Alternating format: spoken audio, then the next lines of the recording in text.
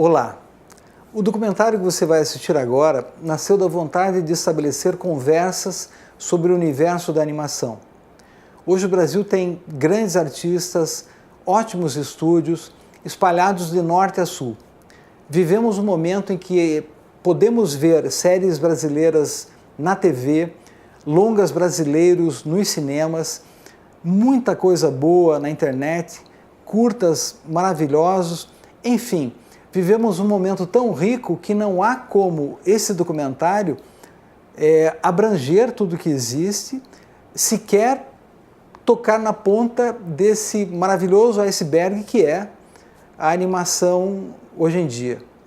Assim sendo, me perdoem, mas muita coisa boa vai ficar de fora, mas esperamos que seja só um primeiro momento, um primeiro documentário, uma primeira conversa de muitas outras que vão surgir por aí, pelas nossas mãos ou pelas mãos de outros colegas.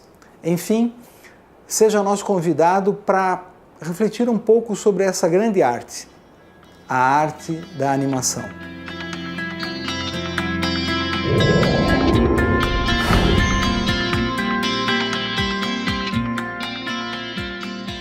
O olho é um maravilhoso sensor diretamente conectado ao cérebro.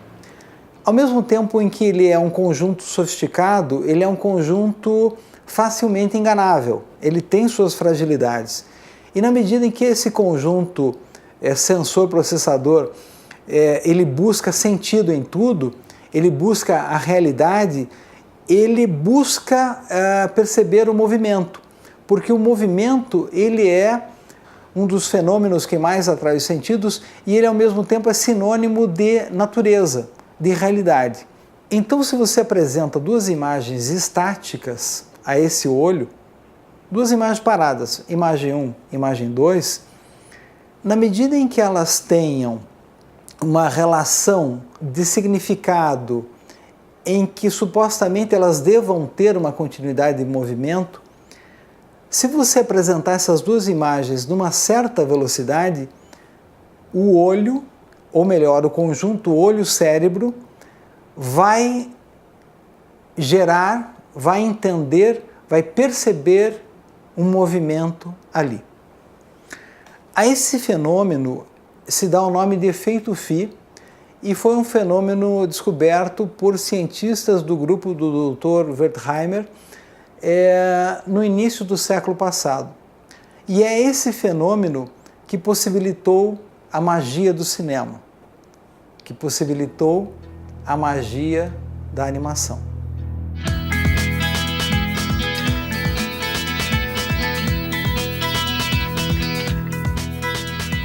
O conceito da animação é um só, né? Que é passar realmente, você criar, dar a melhor vida que você puder aos seus filhotes aí. A animação, para mim, é a vida mesmo. Eu gosto de ver a animação pela mecânica, por transformar o objeto em algo animado, em trazer vida ao que não tem ainda. Esse objeto pode ser uma vassoura, uma luminária, um pato, um elefante azul, mas a boa animação é a animação que consegue fazer com que aquele objeto tenha vida, que ele faça que você se emocione, que você ria, que você queira abraçar aquele objeto animado e saia pensando nele do cinema ou da televisão. Mas basicamente é brincar de Deus, assim, é dar vida para alguma coisa, né? E para mim a animação é uma forma de arte e um jeito de fazer cinema, e não um gênero. Você pode entrar em quase qualquer universo com animação. Passar uma ideia de uma forma animada, uma forma entusiasta, talvez, que chame a atenção de uma maneira mais sutil. E, sei lá, um remember da infância, uma lembrança da infância. Para mim é isso. Porque é um negócio que me remete à infância, é um negócio assim que permite coisas que o cinema não permite. A animação tem a capacidade de hipnotizar as pessoas e passar uma mensagem que fique gravada de forma consistente nelas. Assim. Que você pode fazer ela fácil e, de certa forma, sem limites para a imaginação. É uma forma de criar um universo paralelo em relação ao que a gente enxerga. E isso é fabuloso, porque não obstante, de repente, de uma distorção da realidade, talvez sim uma forma onírica de entender o mundo através desse processo de animação, né? Não tem coisa mais bonita, né, de você criar e fazer uma coisa que veio da sua cabeça, você passar para o papel ou passar para o computador, fazer aquilo criar vida e fazer outras pessoas se divertirem ou chorarem, com alguma coisa assim, com uma coisa que estava no seu cérebro. Sempre que se conversa sobre a animação, volta e meia surge a comparação com a outra área audiovisual, que seria o cinema tradicional, que muita gente chama o audiovisual feito com atores de carne e osso, de tomada direta, de imagem real. Muita gente usa o termo em inglês live action para denominar essa outra área. Eu prefiro e tenho usado o termo ação livre porque eu acho que a animação, eu entendo a animação como arte audiovisual em que se tem total controle sobre a produção de cada quadro e de cada pixel desse quadro. Ou seja, na minha concepção, o que diferencia as duas áreas é o grau de controle sobre a imagem em movimento ou sobre a ilusão da imagem animada que se está construindo. Ela é o resumo de todas as artes. Se você perceber, na animação você tem a pintura, você tem a arquitetura, você tem cinema, você tem a ação, movimento, criação, roteiro, tem teatro, interpretação. Você não pode fazer um personagem ter alma se não interpretar. Você não pode fazer um cenário, planejar um cenário sem ter uma noção de perspectiva, para dar profundidade. Você não pode... A linguagem de cinema é a mesma. Enfim, eu acho que a animação ela resume, é uma junção de todas as artes. O animador é isso, ele tem essa capacidade sim de criar vida. E o bom animador é aquele que consegue passar isso da forma mais crível possível para o espectador.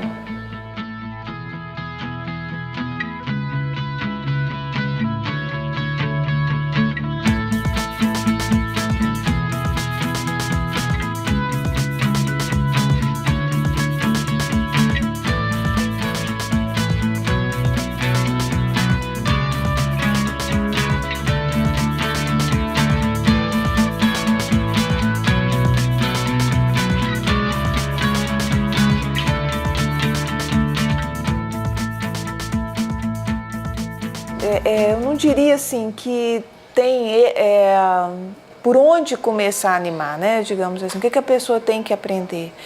Eu acho que basicamente assim, esse talento ele tem que ser revelado nas pessoas que conseguem dominar o movimento, seja do que for, desenho, objeto, não importa.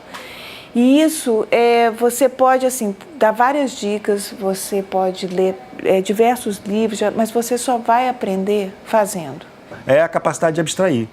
Você tem que entender, isso é uma coisa que os animadores quando se reúnem é muito legal isso, você vê assim, que parece um bando de maluco mesmo, porque você está falando sobre castelos no ar, então as pessoas, alguém está construindo um castelo no ar, mas está todo mundo vendo. Então o nego já começa a dar palpite na telha, na pintura que aquele quarto vai ter, nessa janela, mas o castelo não existe, ele está no ar. Então essa capacidade de abstrair, de enxergar um castelo de areia, de ar, né, é fundamental também para um animador. A animação ela tem um desenvolvimento técnico também, onde você precisa desenhar se você desenha, ou então se você não desenha, você precisa conhecer um pouco de física, de ação e reação, como o corpo se move, como que ele se desloca no espaço, ainda que seja para você fazer exatamente o contrário, mudar toda a lei, mas você precisa conhecer as regras de animação. É um tipo de informação que você encontra ela muito fácil, só que você precisa experimentar, precisa pôr ela em prática para que ela realmente funcione, para que você se aproprie dela, né?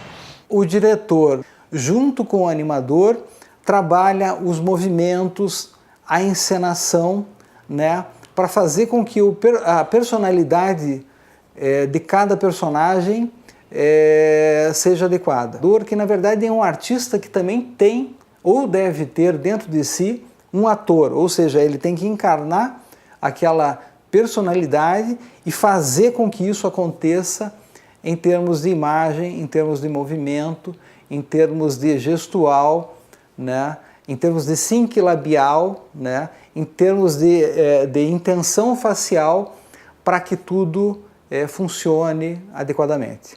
Outra coisa importante também é você ter isso é um pouco sutil, mas em pouco tempo de animação a pessoa já pega isso. É você entender que em animação o menos é mais. A necessidade de ser econômico quando você pode ser. Porque a maioria das vezes a animação não é econômica, assim, é uma coisa que demanda muito trabalho, demanda muito detalhe, demanda muito tempo, muita dedicação. Mas o que você puder ser econômico, você vai aprender a ser econômico, né? E aprender que, assim, na busca da economia, na verdade, você está buscando a essência. E quando você chega na essência, você descobre que muitas das coisas que estavam ali em volta não são necessárias. A essência já basta. Então você aprende a ser econômico por causa disso. Então isso também é uma questão pessoal e é uma questão que eu já vi muitos potenciais animadores não se tornarem animadores justamente por falta dessa coisa. São pessoas que desenham muitíssimo bem, pessoas que têm uma facilidade de desenhar incrivelmente boa, mas que não conseguem animar. Porque animar é justamente buscar a essência. E desenhar não é necessariamente buscar a essência. No desenho você pode muito pelo contrário, você pode até escamotear a essência, você pode criar zilhões de essências, zilhões de possibilidades. Você está olhando um quadro, você fica horas ali olhando e tem zilhões de coisas, né? O desenho animado sempre foi eternamente sacrificado, dia e noite, sábado e domingo, semanas aí, às vezes 3 dias, 3 noites sem dormir. A área da animação é extremamente sacrificada porque é uma área que exige você não faz um desenho, você tem que fazer milhares de desenhos. E são vários cenários, filmagem, são vários momentos da realização do projeto de animação que exige de você uma atenção dupla, né? Dobrada. Porque são mínimos detalhes que se você errar, o resultado está ruim. E eu acho assim que a emoção de quando você vê o seu desenho em movimento, né, que cria vida, eu acho que não tem nem como descrever, tem como você observar. Eu acho que nas oficinas do Animamundi, uma das coisas até hoje que eu mais gosto de ver é quando a animação fica pronta e as pessoas vão ver na tela, sabe? Na tela de plasma sendo exibida. Todo mundo ali esperando, e quando passa o que eles fizeram no estúdio, eu sei o que é isso.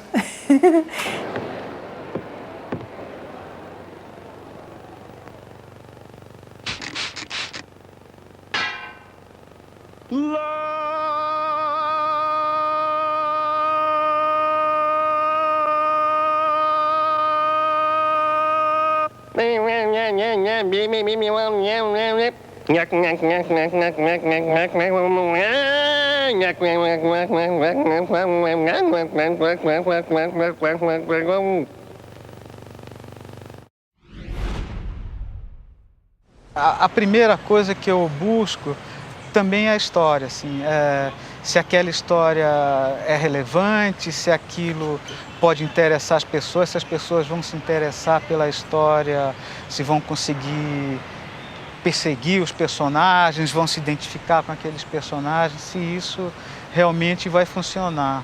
Criar, eu acho que é sempre muito difícil para qualquer pessoa, por mais genial que seja, é difícil, né? Tem o getting started ali, não tem jeito de você ficar livre, não. Você tem que saber um pouco de dramaturgia, você tem que saber como as histórias são construídas, o que funciona, o que não funciona.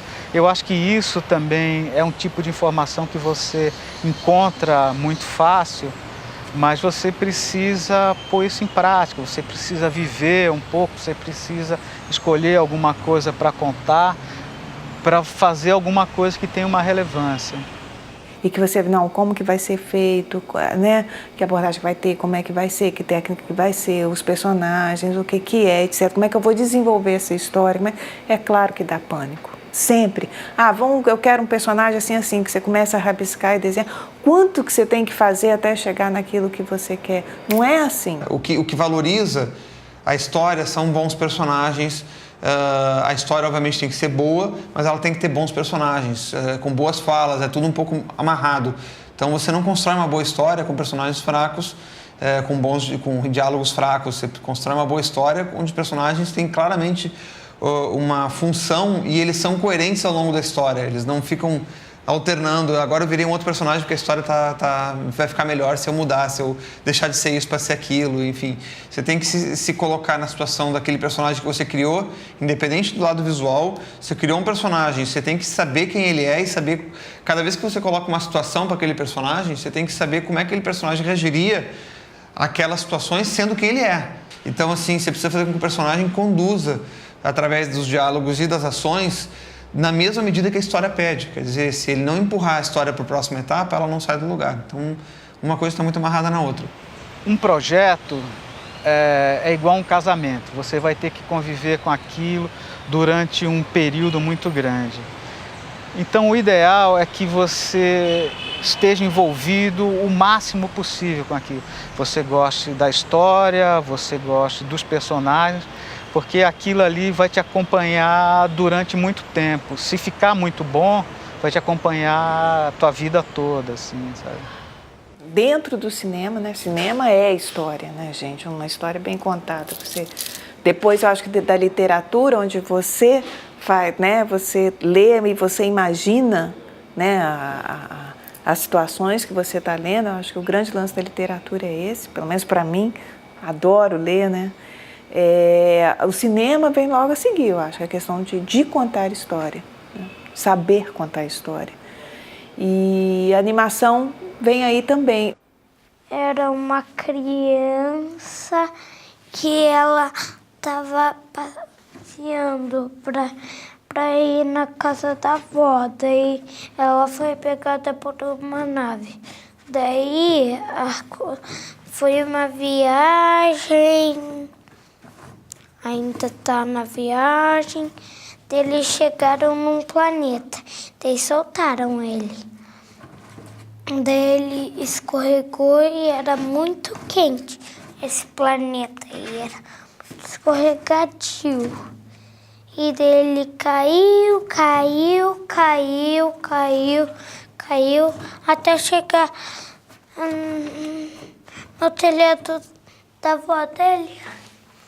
Se você pode sentar e fazer uma animação com papel e lápis e fazer uma história maravilhosa, e pode, né? A gente tem vários exemplos de filmes assim, recurso super simples, mas que a ideia é ótima, o cara animou super bem, contou super bem, vai fazer sucesso.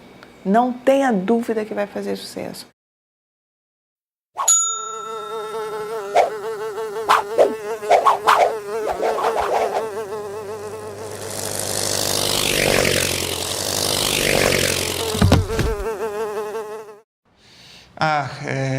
De tudo, até de sonho, né? Eu tenho o hábito, às vezes, de registrar os meus sonhos e elaborar a partir deles para ver se daí, porque é a hora que você está mais criativo, na verdade, quando você deixa o inconsciente falar mais alto do que o consciente. Então é legal o sonho ser uma referência.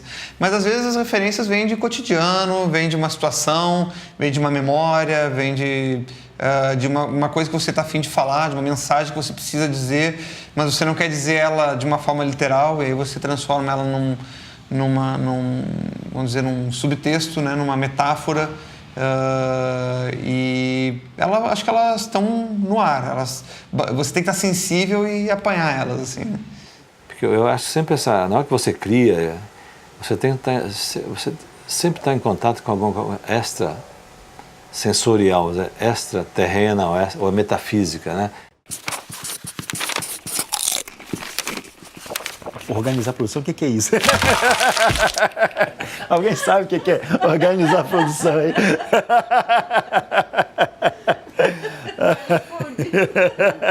Eu tô brincando. Na verdade, cada caso é um caso. Isso é uma loucura em animação também, né? É legal por um lado, mas por outro lado é uma loucura, porque você nunca pode descansar em cima do caminho que você já percorreu. Você aproveita um pouco o caminho que você já percorreu, sempre está lá presente, mas na maioria das vezes você, pelo menos parte desse caminho você vai ter que percorrer de novo, porque cada caso em animação é um caso.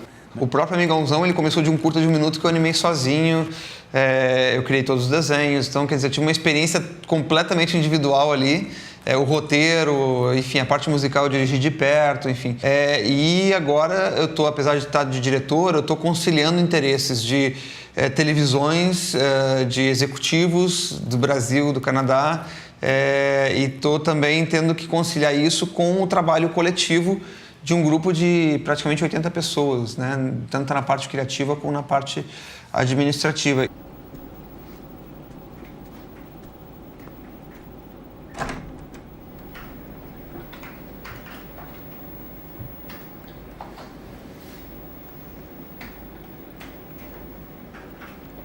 Nenhum roteirista, quando escreve, ele vislumbra assim, a coisa toda. Ele dá dicas de o que precisa acontecer naquilo ali. Aí a gente tem que criar. Quando o roteiro está pronto, ele chega no nosso departamento de design. O que eles vão fazer? Eles vão fazer, eles vão conceituar aquele roteiro. Vão fazer as imagens, né, a ambientação que não existia. Cada coisinha, objeto, uma pedra que tem no episódio que o personagem vai pegar e vai jogar na água, é uma pedra que tem que ser criada. Tem que ter alguém que crie, alguém que finalize, que descubra qual é a cor que ela vai ter. A gente chama disso de props, que são os acessórios de cena.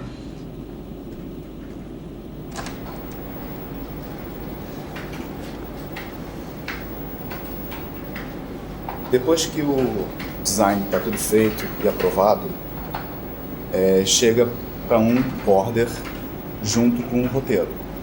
Então, a gente não quer que o storyboarder, que tem uma série de questões narrativas para se preocupar, ele se preocupe ainda em criar o conceito desse lugar. A gente quer que esse lugar já venha mais ou menos montado para ele, para que ele saiba, esse lugar é assim, então eu posso fazer ele entrando por aqui, sair por ali, eu posso fazer isso, fazer aquilo. Ele pensa em câmera, ele pensa em timing narrativo e tal. E a próxima etapa, depois dessa, é fazer o setup do episódio. O setup é feito cena a cena. O que é isso? Vão pegar todos os elementos, que foram desenvolvidos, quer dizer, os cenários, vão aplicar os cenários nas devidas cenas, vão pegar os elementos de personagem para jogar ali e deixar as cenas já preparadas para o pessoal de animação.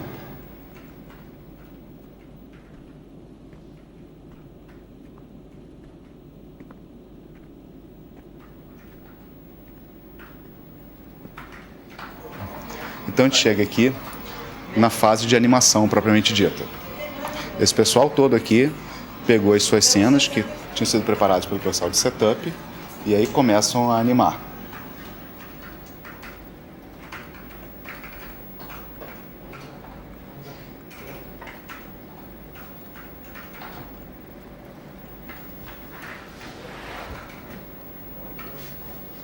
A Beth, que é a nossa editora aqui para esse projeto, ela está trabalhando em finalizando mais um episódio aqui do Meu Amigãozão.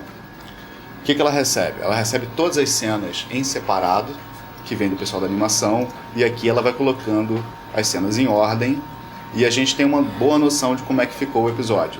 Desde o roteiro até a edição final, tem horas que você está lidando com, sei lá, com 20 episódios sendo feitos ao mesmo tempo. Num você vai ter que estar falando com o roteirista, no outro você vai ter que falar com o editor, no outro você vai ter que falar com o animador, no outro você vai ter que falar com o storyboard. Então é um trabalho que exige muita concentração, muita disponibilidade. A disponibilidade tem que ser de dedicação total ao projeto, porque é muita concentração. E como eu falei, cada trabalho que a gente recebe, a gente procura adaptar uma coisa nova. Então essa é a primeira coisa que a gente faz. O trabalho vem, o que a gente pode inventar aqui? Primeira coisa. Segunda coisa é, normalmente isso acontece aqui na nossa sala, eu e a Ida, a gente senta, a gente conversa, a gente amadurece o trabalho. A gente desenha muito, então começa a fazer os rafezinhos, os thumbnailzinhos de como é que vai ser a cena, como é que vai ser o filme, né? E aí a gente conversa com o pessoal, pra galera, e aí faz seu storyboard, o outro começa a desenvolver a técnica mesmo, como é que vai ser a estilo, né? Como é que vai ser a qualidade gráfica, o acabamento gráfico daquela cena. E a gente produz e tenta ainda sempre seguir, eu acho que essa a escola canadense, vamos dizer assim, que é animar com o que você tiver à mão, não parar, né? E está sempre mudando, experimentando técnicas diferentes, vendo o que vai acontecer. Cada projeto é um projeto diferente, então aquilo que você achava que servia para esse filme não tem, você tem que adaptar, mexer, voltar, e às vezes até é bom você refazer tudo de novo mesmo, né? O Mark Davis, que era um dos Nine Old Men da Disney, falava assim, a melhor amiga do animador é a lixeira. Ele falava isso assim para aquele cara que gosta que faz a sua animação, passa uma semana fazendo animação, testa a animação, e aí, não ficou muito boa, ficou mais ou menos assim, né? Se eu tirar esses desenhos aqui, assim, dar uma consertada, a animação vai ficar legal. Aí o cara faz, ficou mais... então vou tirar mais esses aqui, assim, nem o cara passa o ano inteiro e não consertar aquela animação, joga fora, faz de novo, né? Você ganha muito mais com isso. E normalmente é isso mesmo que acontece. Isso é uma maldição e uma bênção da animação ao mesmo tempo. Porque é uma maldição porque você realmente tem que começar tudo de novo, né? E é uma bênção porque também você é um universo. Cada filme é uma oportunidade de criar um mundo novo, sabe como é que é? É trabalhoso, é penoso, é com sacrifício. Depois vem o prazer, porque uma vez que está resolvido, e o planejamento, quando você sai para a produção mesmo, é uma delícia, né? Mesmo que venham problemas novos ali, eu acho que a animação tem essa particularidade, sempre vai ter um problema novo, nunca uma animação vai ser igual a outra, né? Vai ter um problema novo para você resolver, mas você já está no meio da produção. Então é a parte gostosa, né? De produzir, de fazer, de ver aumentando e crescendo e tomando forma, né? A sua história, o seu filme. Isso é uma delícia. O mundo pode estar caindo, né? Pegando fogo, explodindo, que você não está nem aí, né? Você está completamente imerso naquilo que você está fazendo. E é muito bom. Mas o antes é punk mesmo, é difícil, né? Eu acho que é por isso que é bom depois, quando você consegue resolver. No caso de stop motion, a gente começa a construir os sets, os personagens, a estrutura e tal, e depois filma.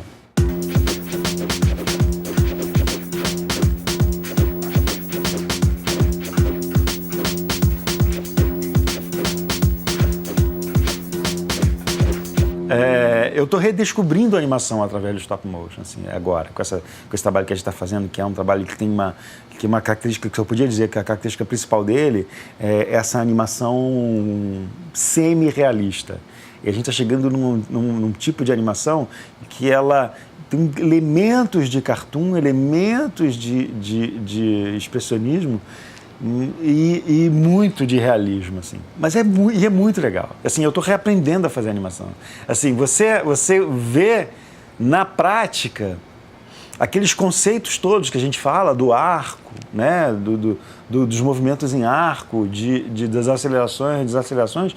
Só que você tem que construir isso ali na tua cabeça sem a segurança dos keyframes. Não tem keyframe, é straight ahead direto. Você vai construindo, assim, é como você ir construindo a escada conforme vai subindo nela, né? Então não tem como, você tem que calcular exatamente quanto tijolo você precisa para chegar lá, senão vai acabar o tijolo antes e você vai ficar no meio do caminho. Então é isso a mesma coisa com a animação stop motion, você vai pensando no keyframe que está lá na frente, mas você não tem a possibilidade de já fazer o keyframe agora, como no desenho animado você tem.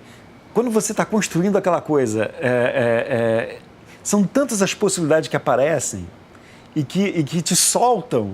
Por exemplo, na animação, por isso que eu estou falando que eu estou reaprendendo a animação fazendo o stop motion, porque eu estou aprendendo a soltar o personagem, sabe? Soltar.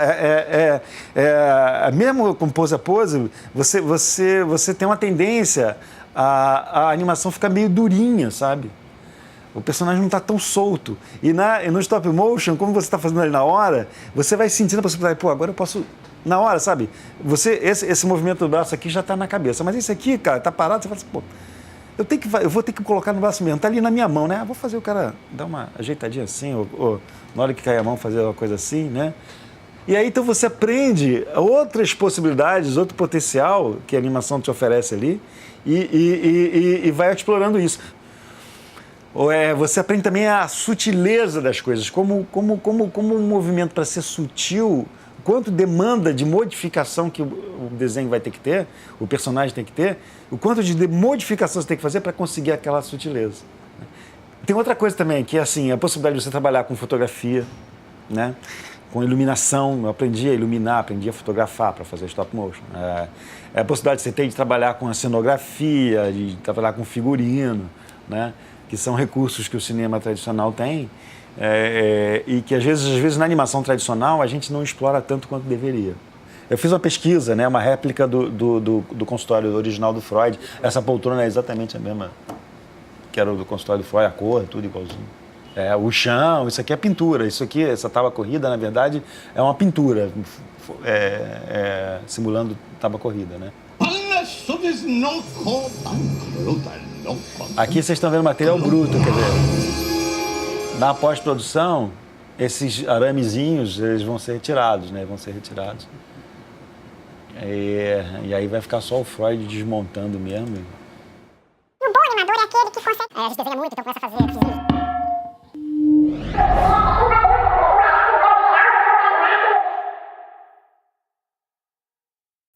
Numa obra de animação, não é tão simples se perceber aonde está o trabalho do diretor.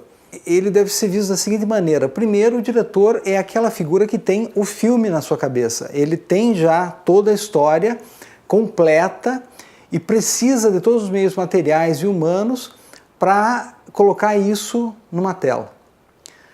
Ele também é a pessoa que define, junto com o roteirista, junto com o diretor de arte, o storyboard do filme, ou seja, o primeiro planejamento visual do filme. Que nós recebemos um storyboard, né, com as definições de todos os planos, todos os cenários, os diálogos, o que estava acontecendo em cada momento, qual era a intenção do momento, tudo isso discutido com o diretor.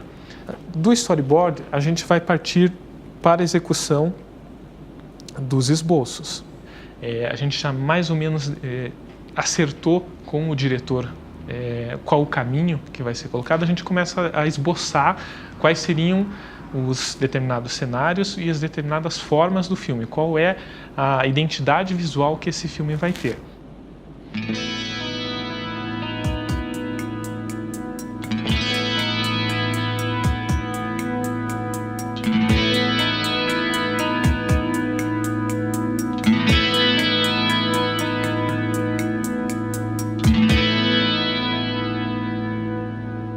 Definido qual vai ser a cara do filme, aí a gente parte para uma arte final.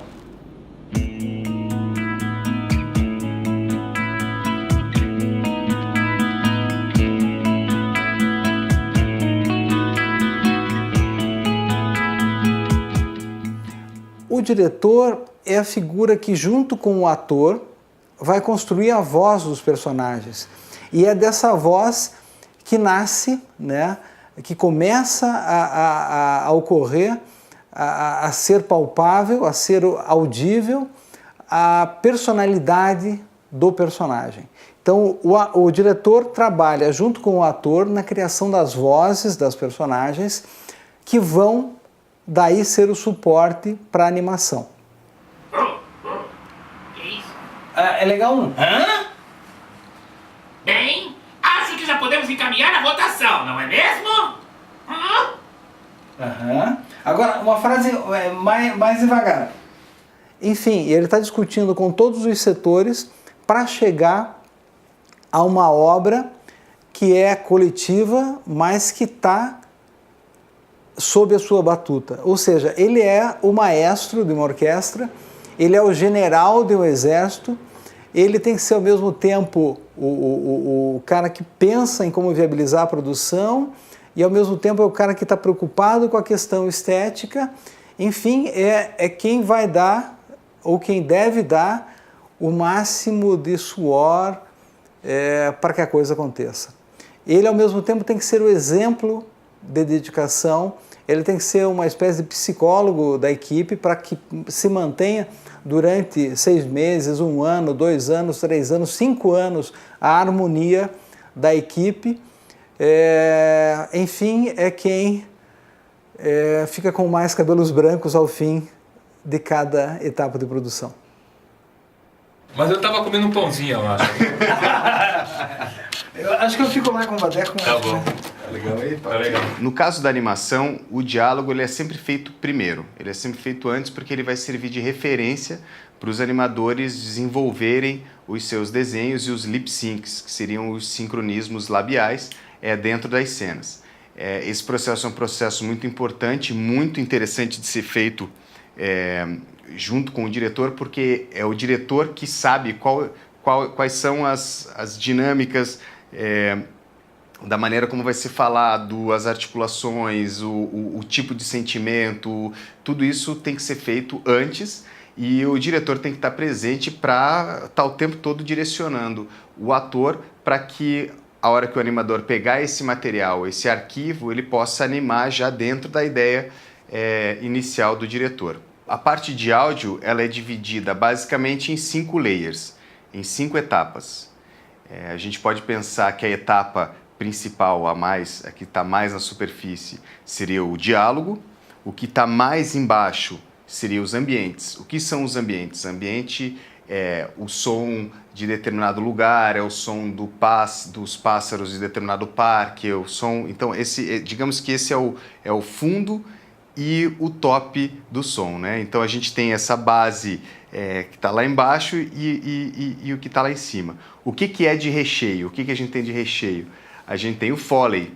O Foley, como funciona? O Foley ele está relacionado com questões físicas do personagem. Por exemplo, clothes, que seriam roupas, footsteps, que seriam passos, e props, que seriam objetos. Isso está nesse meio entre o diálogo e o ambiente. Além disso, a gente tem os sound effects também, que são efeitos mais pesados, como, por exemplo, helicópteros, tiros, balas de canhão. E a outra parte disso é a música, que eu sempre digo que é a maisena do negócio. Então você pega o top lá, que está o diálogo, o ambiente, junta com a música, ela dá essa coloca as coisas no lugar, assim, né? Durante muito tempo a animação ela foi trabalhada só com música, praticamente, sem muitos efeitos de Foley. Então a música resolvia tudo, né?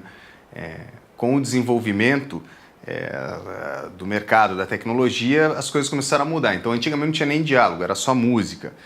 Hoje em dia você tem todas esses layers junto e além disso a música. Talvez seja só uma miragem. Miragem não faz barulho, pai. Será que eles são algum tipo de SOS deserto? Ai, acho que não. Talvez seja só uma miragem.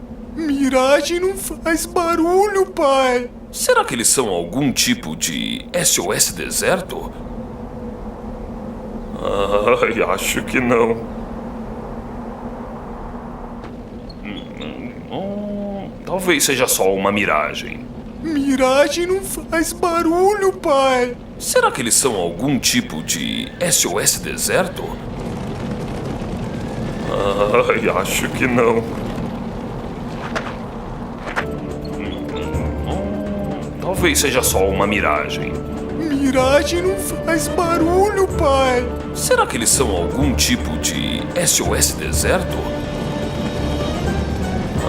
Ai, acho que não.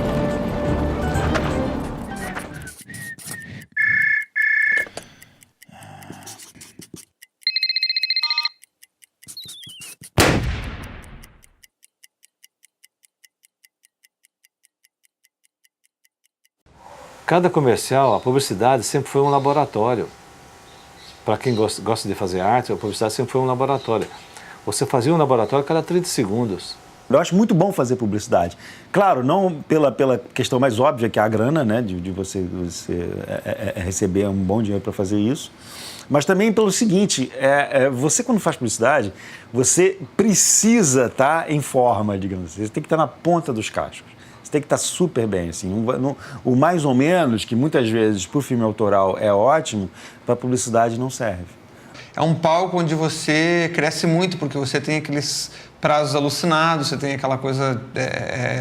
você tem que resolver uma questão e aprender como é que se faz aquilo do jeito que der. Você tem que estar bem preparado em termos de equipamento, você tem que estar bem preparado em termos de conhecimento contemporâneo, né, da contemporaneidade do filme.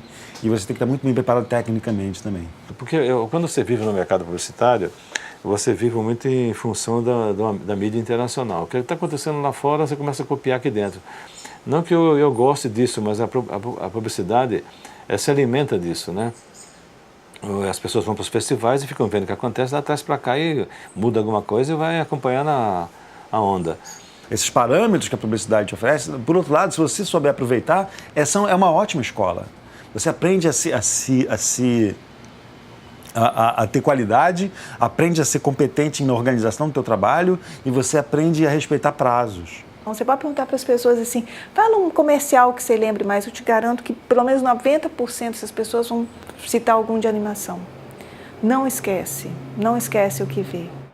Gente, estou aqui para fazer um apelo às donas de casa. Eu sei que sou um bicho feio e sujo e que assusto muita gente. Bem, assustava, né? Porque depois que apareceu o Rodox, não há barata que chegue.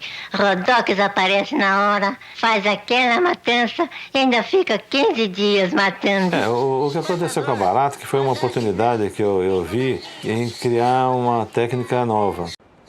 Na época, o princípio da animação, baseado sempre nas orientações norte-americanas, que tudo você olha, o foco, o farol, vai para os Estados Unidos, né? É de lá que fica girando para o mundo, né? E sempre foi assim a animação, e tanto é que o maior centro de animação do mundo continua sendo os americanos, né? Eles dominam tudo. Então, aconteceu que eu queria contrariar um pouco isso, né? Que era todo mundo usava luvinha, acetato super limpo, não podia ter um cisco, né? E eu resolvi romper um pouco com esse ciclo de interferência extremamente limpa, né? Vamos dizer assim, no desenho.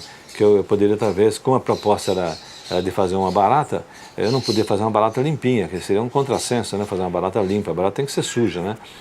E eu resolvi, então, fazer o quê? Em vez de o acetato, que antes era geralmente tudo importado, geralmente ele tem que ser extremamente limpo, né? Se olha na contraluz e tivesse um cisquinho, você tem que tirar.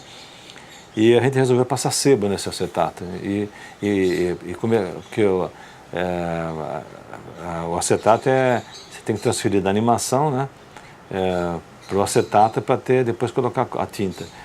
E aí a gente começou com o nanquim, copiava o desenho, transferia para acetato e dava todas aquelas...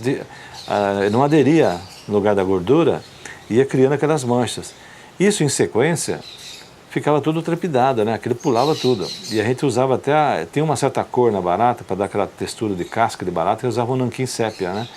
E o nanquim sépia, ele misturava um pouco com o nanquim preto, umas gotinhas, e aquilo dá uma sujeira. Então a gente conseguiu um resultado espetacular, que eu acho que foi um achado, assim, né? Em matéria de textura, tudo. E a partir daí a gente pegou o embalo para poder continuar inovando, né, que era importante. Trabalhar sobre uma demanda, trabalhar sobre encomenda, eu acho muito confortável também. É uma coisa que eu faço isso muito bem. Eu acho que o mais difícil é quando você vai escolher um projeto teu, sabe? Porque são muitas coisas que você pode escolher, tem um monte de história bacana para ser contada, e entre todas essas você escolher uma e falar, não, vou passar 5 anos da minha vida com esse projeto aqui. Eu acho que isso, de certa forma, tem que falar muito para você fazer esse casamento, né? Fazer publicidade, praticamente não deixa nada. Você deixa momentaneamente, você usa os 30 segundos como um caminho natural da sua evolução. Você usa a publicidade como uma manifestação artística, quando lhe permite ter uma manifestação artística, criativa. Eu comecei no filme autoral, né? Comecei fazendo curta-metragem e tal, mas depois que a gente abriu a produtora, até por uma questão de sobrevivência mesmo, a gente começou a fazer filmes de encomenda. Como eu falei, a produtora já tem mais de 20 anos, né? E a gente acha que a gente chegou num momento que está na hora de a gente voltar a fazer as nossas coisas pessoais. Até o final da década de 80, você ainda conseguia fazer trabalhos comerciais com conteúdo. E você experimentava muito. A partir da década de 90, começou por aí mais ou menos a prevalecer muito a função o marketing. O marketing começou a suplantar a criação. É muito mais importante você dirigir sua mensagem para determinado tipo de público do que você generalizar a sua mensagem, né? Vamos dizer assim, você trabalhar com todos os públicos num comercial só. Então, hoje o marketing é muito dirigido, né, para um tipo de classe social, a publicidade. E eu comecei a perceber que era hora de eu começar a fazer alguma coisa para ficar, né? Porque a propaganda, embora eu fale para você, eu mostro algum comercial, alguém diz, me lembro disso daí. Ninguém sabe quem fez, quem foi que pensou, quem foi que criou. E eu achava que o cinema é onde você consegue deixar sua obra, marcar. O que aconteceu com o Grilo é que você, quando vai fazer um trabalho para cinema, você vive num país que ele não tem tantas obras de cinema e de animação. Então você tem que fazer alguns trabalhos que agradam o público A, B e C. Buscar um personagem que seja comum a todos e que pudesse ter uma mensagem, um conteúdo e que servisse basicamente para as crianças, para as novas gerações, eu acho que era bastante importante. Foi bastante importante para mim. Não é só o ponto de vista artístico, também é o ponto de vista comercial e de sobrevivência. A gente não faz filme somente por amor à arte, você faz filme para sobreviver também. E isso é um desafio diferente do que a animação para a TV. Demanda outras expertises, outras especialidades, outra estrutura. Você quer um outro tipo de roteiro, um outro tipo de desenvolvimento, um outro tipo de animação, um outro tipo de acabamento para tudo, outro tipo de trilha sonora, tudo, né? Você não pode fazer um filme que fica limitado a pouca gente. E você vai falar com a distribuidora tem o parâmetro certo, o que faz sucesso. Nós queremos isso e não isso não funciona, isso desmonta qualquer espírito. Você faz um curta-metragem, um longa-metragem, você demora 3, 4 anos fazendo, né? Quando você termina um longa-metragem, parece que você está defasado. Que alguém já fez um negócio antes, né? E parece que você, poxa, mas será que eu já cheguei atrasado? O longa-metragem tem um pouco dessa sensação. Essa passagem, por exemplo, da animação 2D para 3D, é uma coisa do nosso tempo, né? Não adianta você querer contestar se um é melhor ou pior. Eu fui responsável pela transição aí do 2D para o 3D, não que o 2D tenha morrido, que a gente continua a fazer bastante 2D ainda. Eu particularmente adoro 2D, acho que é uma linguagem totalmente diferente do 3D e não tem como uma brigar com a outra, acho que vai sempre continuar. Eu vejo assim, daqui 100 anos a gente vai continuar tendo 2D na televisão, vai ligar a TV, vai estar vendo série. Eu acho que uma linguagem totalmente diferente e até mais lúdica, assim, para criança eu acho mais legal até. Eu como criança, se eu me imagino, se eu voltasse a ser criança, eu acho que eu ainda preferiria ver um 2D, aquelas cores vivas, tudo chapadão, traço grosso, às vezes, do que um 3D, né? O processo começa do mesmo jeito que uma animação 2D, você não consegue fugir, né? Que é a criação dos concepts, dos cenários, de todas das artes. Então, por exemplo, eu vou fazer um personagem, um cenário no 3D, vai ter que ter um desenho de todas as vistas, lateral, em cima, lado, modela isso em cima. Aí depois que você modela, tem uma coisa que é a texturização, que você tem que transformar um modelo, esse modelo que você fez, você tem que transformar numa folha de papel. Então você imagina uma coisa que é tridimensional, você praticamente tem que... É a mesma coisa que você tirar toda a pele e deixar aberta, para você poder pintar como se fosse uma tela, um quadro. Aí você pinta toda a textura, aí você tem que fazer uma coisa que chama rig, né? Que é colocar um esqueleto no personagem. Então você faz esse rig, depois que você faz o rig e coloca a textura, ele está pronto para animar. Então são N processos aí, isso sem contar a gravação de som, storyboard, toda aquela coisa que é igual no cinema 2D, 3D, do mesmo jeito, né? É evidente que a animação 2D tem muito mais idade do que a animação 3D, e tem obras fantásticas, né? Muito importantes, mas o 3D está acelerando, cresce aceleradamente, e surgem cada vez mais softwares mais sofisticados que trazem muito mais facilidade para trabalhar e realizar animações com perfeição incrível.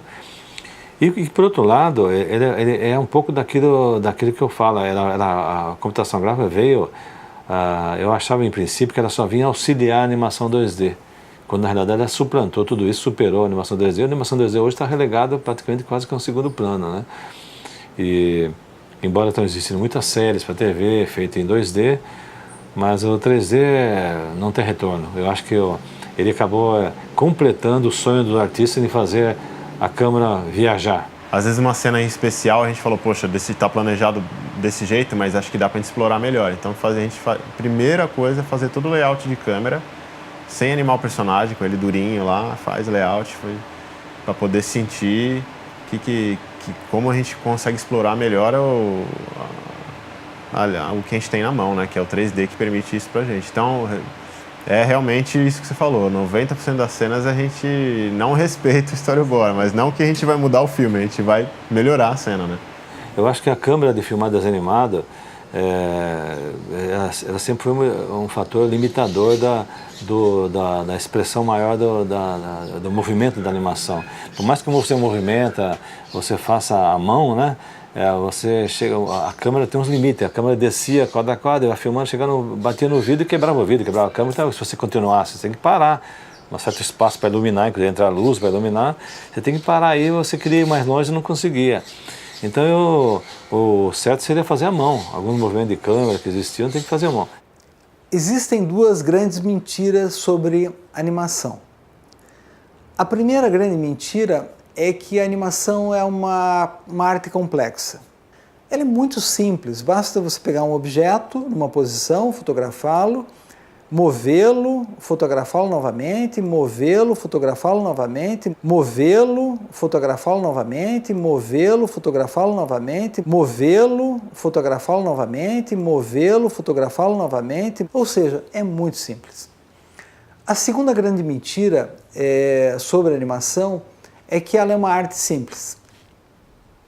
Veja, a animação é uma arte extremamente complexa, porque uma coisa é fazer um movimento, outra coisa é fazer um movimento com significado, outra coisa é fazer um movimento com significado dramático. Para fazer animação, você tem que dominar a arte de contar histórias bem contadas, a arte de encenar, a arte de envolver o espectador. Para isso, você tem que saber como desenvolver um movimento com significado, um gestual com significado, uma composição cênica com significado, uma cena em que tudo funcione adequadamente, que impacte o espectador da forma adequada, fazer uma sequência que funcione ao longo do filme. Enfim, você tem que saber contar uma história, tendo ela 1 minuto, 2 minutos, poucos segundos ou 1 hora, 2 horas. Com a animação hoje está muito pulverizada e com a facilidade dos softwares na computação, as pessoas esquecem um pouquinho o lado artístico que a gente fez durante esses anos todos, né? Porque hoje a pessoa às vezes chega na animação pelo software e aí cria uma brecha que às vezes ela fica uma vida inteira sem saber o que está faltando ali, mas é a formação artística mesmo que a pessoa precisa ter. Se ele vai trabalhar com direção de arte, ele precisa ter uma formação de cores, de estilos, de linguagens, etc. Não adianta ele saber mexer em Photoshop. E para animação, enfim, é sempre a mesma coisa. Você precisa ter uma base de conhecimentos e de prática que são naturais da tarefa e não a ferramenta que é o computador. E o que eu vejo hoje, assim, as pessoas, principalmente os jovens, né, o pessoal novinho que está começando aí 17, 18 anos agora, e chegam e falam assim, não, eu já sei animar, eu só quero aprimorar no Maya. Eu falo, você já sabe animar? Sei, eu já faço Flash e já faço Toon Boom. Eu falo, mas Como é que você anima? Então, vamos fazer uma caminhada, vamos, então, agora vamos fazer aceleração, desaceleração, vamos trabalhar um time, vamos usar peso, vamos... Não, isso eu não sei. Eu falo, então vamos começar do zero, né? Então, assim, a pessoa tem que saber animar. O material, a ferramenta, depois, não importa. Não importa, ela vai se desenvolver naquilo ali. O que só podia ser feito com equipamentos caros por um grupo de pessoas e por um período longo de tempo, agora pode ser feito por uma pessoa com equipamento barato num período curto. Quer dizer, de uma hora para outra, essa regra mudou muitas realidades, assim, e isso criou uma ilusão de que, sei lá, qualquer um pode pegar uma ferramenta e fazer e chegar naquele mesmo resultado. Não é o mesmo resultado. Pode fazer, mas vai ser um outro resultado. A gente precisa ter a revalorização desses conteúdos artísticos, linguísticos, narrativos, que são pertinentes à atividade, não uma ferramenta, assim, né? A animação é um sacerdócio, né? Se você não se identificar com essa filosofia profissional, você vai acabar fazendo aquela animação sempre trivial, né? É o trivial que todo mundo faz. Eu sempre falo, eu achava muito mais fácil, há 20 anos atrás, você tentar fazer um filme igual ao da Disney, que você, não que você, lógico que o dinheiro sempre faz diferença, mas você ter, era lápis e papel e um bom animador. A diferença era, lá eles tinham muita gente, aqui a gente tinha pouca gente. Mas se você demorasse, tivesse pessoas talentosas, você faria um filme praticamente igual. Agora não.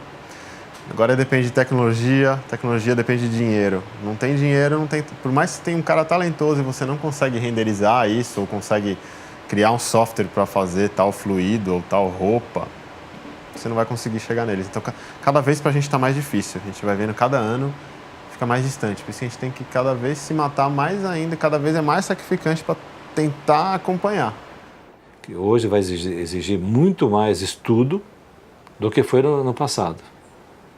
Que o passado, a tecnologia era muito mais na câmera de filmar, quadro a quadro, e não na animação em si, porque existia um domínio do movimento. Como cada personagem tem que se comportar em movimento. A diferença de um personagem mais leve, de um personagem mais pesado, a animação pesada tem que ser mais animação, mais peso, mais leve, talvez menos animação, e uma maneira de andar diferente, se reagir diferente. Cada personagem tem seu peso. Animação.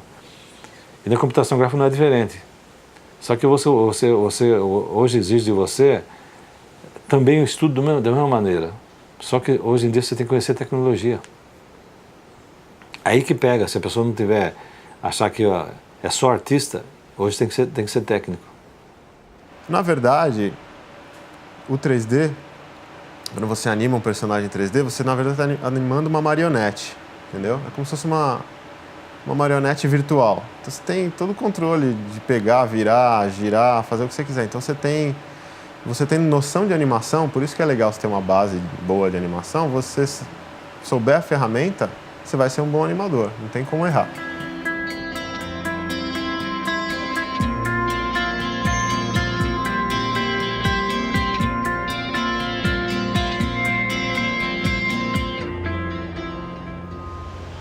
Eu gosto de pensar como um marco do que a gente tem, do que seria o cinema de animação moderno, alguma coisa que acontece ali por volta de 85. O Marcos Magalhães ele fez um filme que é o Miau, e é um filme que ganhou uma Palma de Ouro em Cannes, e é um filme que teve uma repercussão muito grande para o Brasil, onde se fala assim, no Brasil se faz animação e um moleque lá de 20 anos veio aqui no Festival de Cannes e ganha um prêmio. Mas um grupo formado pelo Marcos, o César, a Ida e a Leia formam o Animamundi. E aí começa um festival de cinema de animação brasileiro, feito por 4 pessoas apaixonadas por animação, pessoas que têm um trabalho pessoal muito forte, pessoas muito bacanas, muito queridas. E aí o trabalho dessas pessoas acaba influenciando, eu acho que em todo mundo que trabalha com animação, né?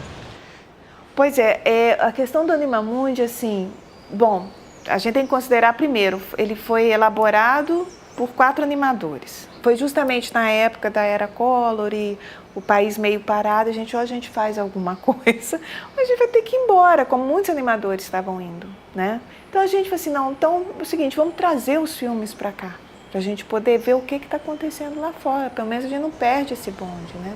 A ideia era que o festival fosse uma plataforma de promoção da animação e promoção da animação brasileira. Então a gente sempre teve uma proposta a proposta básica, estratégica da gente do Animamundi era público. Ponto básico, fundamental para ter uma animação de sucesso no Brasil, uma indústria de animação de sucesso no Brasil, era você ter público. Era importante que a seleção de filmes que fossem passar no Animamundi garantisse que os filmes, que o público fosse ter uma seleção muito diversificada. O que a gente conhecia basicamente aqui no Brasil? Disney e Hanna-Barbera, tá? Então, como que a gente ia trazer um Jan Svankmajer, que anima comida, entendeu? Para um público que estava acostumado a ver Disney e Hanna-Barbera. Falei, não, a gente tem que formar público. A gente precisa mostrar o que realmente é animação, né? Esse universo inteiro da animação. Desde o primeiro ano, a gente desvendou esse mistério da animação, a gente desmistificou isso. Olha, vou mostrar aqui qual que é o truque, né, da animação. Então, vem você aqui mesmo, você mesmo faz seu flipbook, você mesmo anima aqui na película, põe nessa moviola do século passado aqui para você ver a animação que você fez na película, vamos ver como é que funciona, faz um workshop aí para 20 inscritos, vamos mostrar a animação básica, como é, e daí o festival só cresce, cresce, cresce. Em termos de público, a gente está com 100 mil pessoas cada ano, 114, 120, é muita gente. Foi para isso que foi feito, porque só com o público que o animador se completa, né? Claro, você tem que ter gente ali assistindo, senão para que fazer? Né? Então é uma troca, eu acho que justa e funcionou muito. Então, assim, eu acho que o festival para o mercado, né, para a animação brasileira, eu acho que ele, sem modéstia nenhuma, né, eu acho que ele foi um divisor de água, sim. A gente não sabia que tomaria essa proporção, jamais imaginou, era uma amostra para ver se formava um público aqui no Rio, como é que ia ser, se garantia a vinda desses filmes, para a gente também ter acesso, né, como animadores, que a gente estava doido para ver os filmes. E o fato de hoje a gente assistir praticamente 1.500 filmes por ano é a melhor parte, é muito bom, porque assim... primeiro que você vê verdadeiras obras-primas, te inspira, você fica louco para sair animando. Não quero ver festival, não, agora eu quero animar, mas não pode, né? Tem que terminar o festival. E a outra é que você tem sempre uma noção do que está acontecendo no mundo, sabe? Isso é incrível, eu falo de comportamento das pessoas. Dá para analisar direitinho, você vendo, assim, você vê filme do mundo inteiro. Né? Então, assim, se é uma época de guerra, os filmes vão mostrar isso. Se é uma época que está em crise em relação família, homem e mulher, os filmes vão mostrar isso. É impressionante. Com a globalização, então, é mais ou menos a mesma coisa que acontece no mundo inteiro, salvo algumas culturas que são muito diferentes da nossa aqui.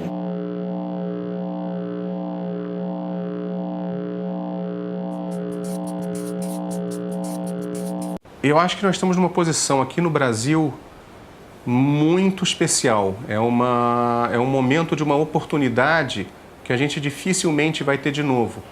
Nós temos um alinhamento de astros. Quer dizer, por um lado, o Brasil hoje está com um governo que, nos últimos 6 anos, investiu de uma forma muito consistente em capacitar produtoras e conseguiu passar para o mundo que o Brasil é bom em animação e é bom não só em prestação de serviço, mas em ideias e que quando a gente quer fazer uma coisa, nós temos por trás de nós uma série de mecanismos e de leis que permitem com que a gente levante o dinheiro para uma produção e cumpra os cronogramas. Nós já tivemos agora uma série de casos de sucesso em longas, em séries, e o mundo então está vendo que isso tudo é verdade.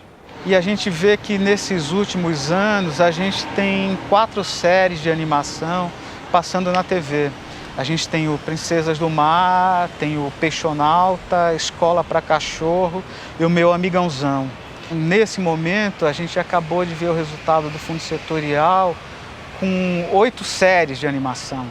Então, além dessas 4, a gente tem mais 8 séries de animação contempladas e que daqui a um ano, provavelmente, elas vão estar no ar.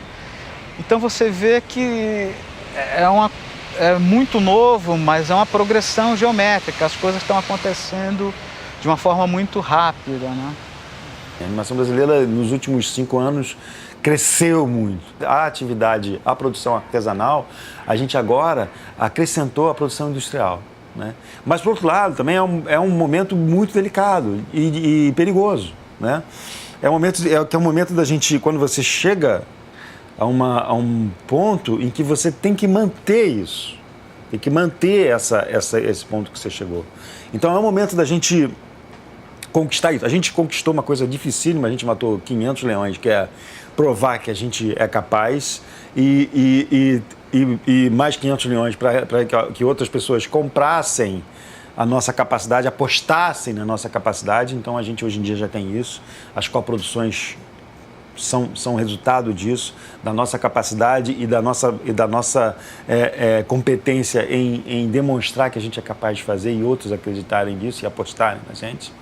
Agora, os outros 500 leões que a gente tem que matar é a gente manter isso. Eu não digo nem crescer, eu acho que se a gente consegue manter, o crescimento vai ser natural. Agora a gente precisa começar a investir nos animadores. O Brasil precisa urgente de escolas de animação. A gente precisa começar a formar animadores que pensem na animação não só como uma coisa autoral, pode ser uma coisa autoral de vez em quando, mas pense também na animação como uma coisa industrial, uma coisa em que você tem que sentar junto com uma equipe e animar junto com uma equipe de 50 a 60 pessoas. Quando eu comecei a Anima Mundi, quando a gente começou, a gente pensava nisso, mas naquela época isso era uma ilusão. A gente achar que no Brasil a animação era um emprego, né? Hoje em dia você tem emprego de animação mesmo. Hoje em dia você vê na internet propostas de emprego para animação. Procura ser animador, né? Nunca pensei que isso fosse acontecer aqui no Brasil. A gente tem que criar essa nova geração de animadores e a gente tem que criar uma certa quantidade de animadores. E a animação gera muito emprego.